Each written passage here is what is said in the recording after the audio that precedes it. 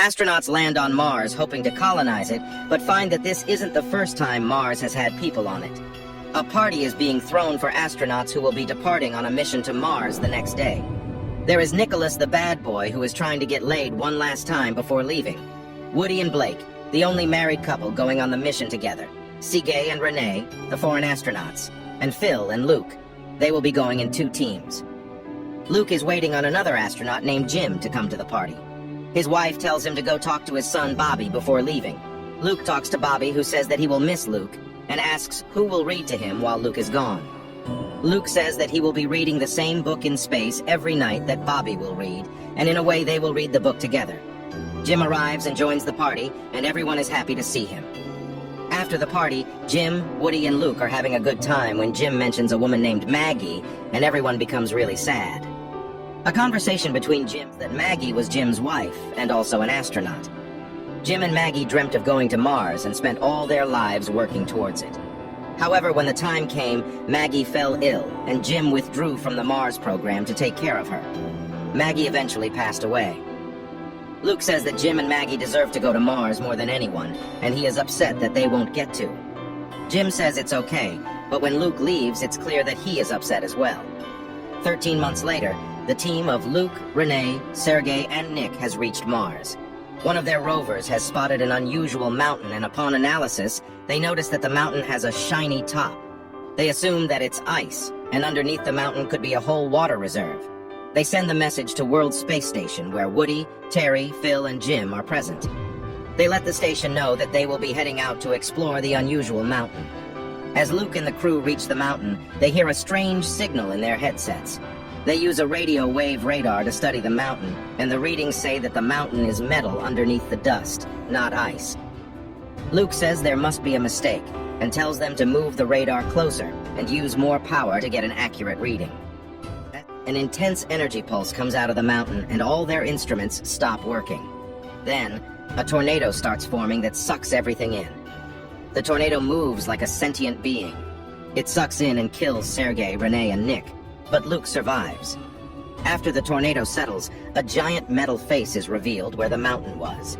Back on the World Space Station, an emergency meeting is called because the intense energy pulse from Mars has been detected, and after that, nearly all transmissions have been lost.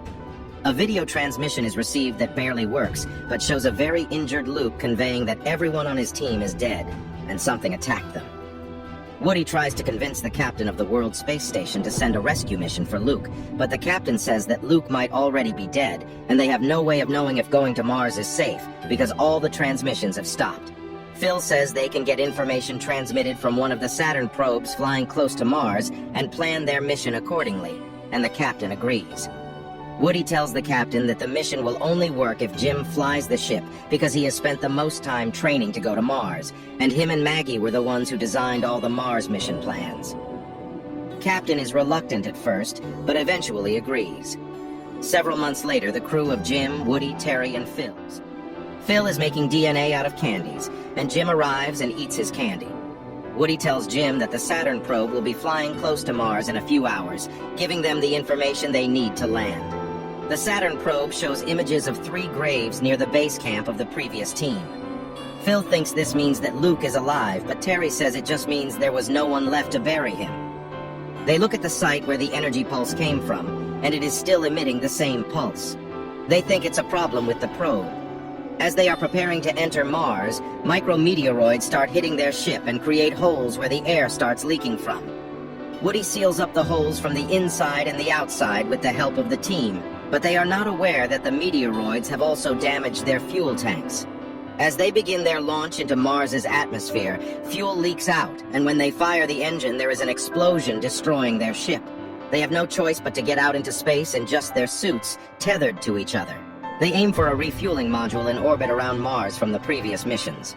It's farther away from them than they calculated, so Woody decides that he will take a grappling gun wire, use all the fuel in his jetpack, and fly full speed at the refueling module, tying the wire to it. This will give the rest of the gang a chance to reach the module safely. He attempts to tie the wire but overshoots himself and is left stranded in space with no fuel in his jetpack.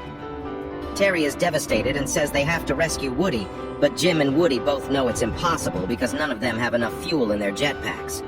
Terry attempts the rescue anyway, but Woody tells her to stop and go back before she runs out of fuel and is stranded too. She attempts to bring Woody back using the grappling gun, but the wire is just a little too short to reach him. Terry says she is going to get closer and try and again. Woody realizes she will kill herself trying to rescue him, so he removes his helmet and sacrifices himself so she stops.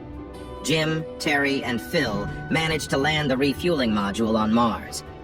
They reach the base camp of the previous mission. They find most of the equipment damaged but still repairable, which means they can go back home with it. Jim finds that plants are growing in the experimental greenhouse and is shocked by this. Luke appears behind Jim and attacks him. Luke is in very bad shape and thinks Jim is a hallucination, but Jim convinces him this is reality by telling him that he is reading a book that his son Bobby is also reading back on Earth. Luke calms down. He tells them how he survived by growing plants in the greenhouse for a year. He tells them about the incident that killed the rest of the team. Instead of saying he survived, he says he was spared and it was for a reason. He says he was spared to figure out the secret. Jim asks Luke what secret he is talking about, and Luke shows them a picture of the giant metal face. Turns out it is the famous face on Mars, which was previously viewed from satellites, but was assumed to just be a mountain. Luke says that it was placed there by someone for them to see. Jim asks about the signal Luke's team heard when they were close to the face. Luke explains that he has been analyzing the signal for a year, and he's figured out that the pattern of the signal in physical dimensions made the picture of a DNA. He says it's a self-portrait from the beings that placed the face there, a declaration of their identity, a signature. Terry notices that the last pair of chromosomes is missing from the DNA, so it's not human. Later, as they are packing for the journey home, Jim spills some candies, which makes him remember his conversation with Phil. He realizes the DNA picture is not a signature, it's a test. The beings want them to fill in the last pair of chromosomes to prove that they are human. The face attacked Luke's team because the radio waves from their radar were interpreted as the wrong answer to the test. Jim says they need to reconfigure the radio waves from the radar to give the right answer, filling the last 2 chromosomes. The rest of the team are hesitant, but Jim convinces them that if they don't do this, the whole mission would have been for nothing, and everyone who died would have been in vain.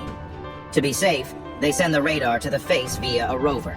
They transmit the radio wave bearing the correct answer to the DNA riddle. A white doorway opens up in the face. Jim, Terry, and Luke decide to go to the face, and they tell Phil to fix the return journey module and leave whether they are back or not. Jim, Terry, and Luke enter through the doorway of the face, and it closes behind them, breaking radio contact with Phil. They realize the atmosphere inside is breathable air, and they take off their helmet. They enter into a 3D model of the solar system. The solar system shows Mars as a blue and green planet. It's telling a story. People used to live on Mars, but a meteor hit the planet, destroying it. A slender red being appears from behind Luke, Terry, and Jim and continues to show them the story. The population of Mars left in spaceships to go live in different galaxies, but one of the ships was left behind, and DNA information was uploaded into it by the Martians. It was this ship that came to Earth and brought the first single-cell organisms with it. Those organisms eventually grew over millions of years into modern-day humans. Life on Earth actually came from Mars. The face on Mars was placed there so that one day people from Earth can come back and learn where they came from. Radio contact with Phil is re-established, and he tells them a storm is brewing and they need to return to the module so they can go back home. Jim realizes that the face is actually a ship, and a countdown has begun for its takeoff. Terry and Luke begin to leave, but Jim says he will be staying here. He says that all option for them to go meet their Martian ancestors, and he will be going. It's what he was born to do. Terry and Luke agree to let Jim go. Terry and Luke get out and barely make it to the return journey module in time as Phil is just about to leave. Meanwhile, Jim is lifted into a small ship where he is placed in a compartment. Water begins to rise in the compartment, and Jim gets worried. He holds his breath, but as the water rises all the way up, he realizes he can somehow breathe in it. He has flashbacks of his entire life with his friends and his wife Maggie as he is excited for the journey to a new world. As Terry, Phil, and Luke are leaving the Mars atmosphere in the return journey module, they notice Jim's ship fly by, taking him to another galaxy. Luke looks at the ship leaving into deep space and wishes Jim good luck, knowing that his friend is finally doing what he was destined to do. The end.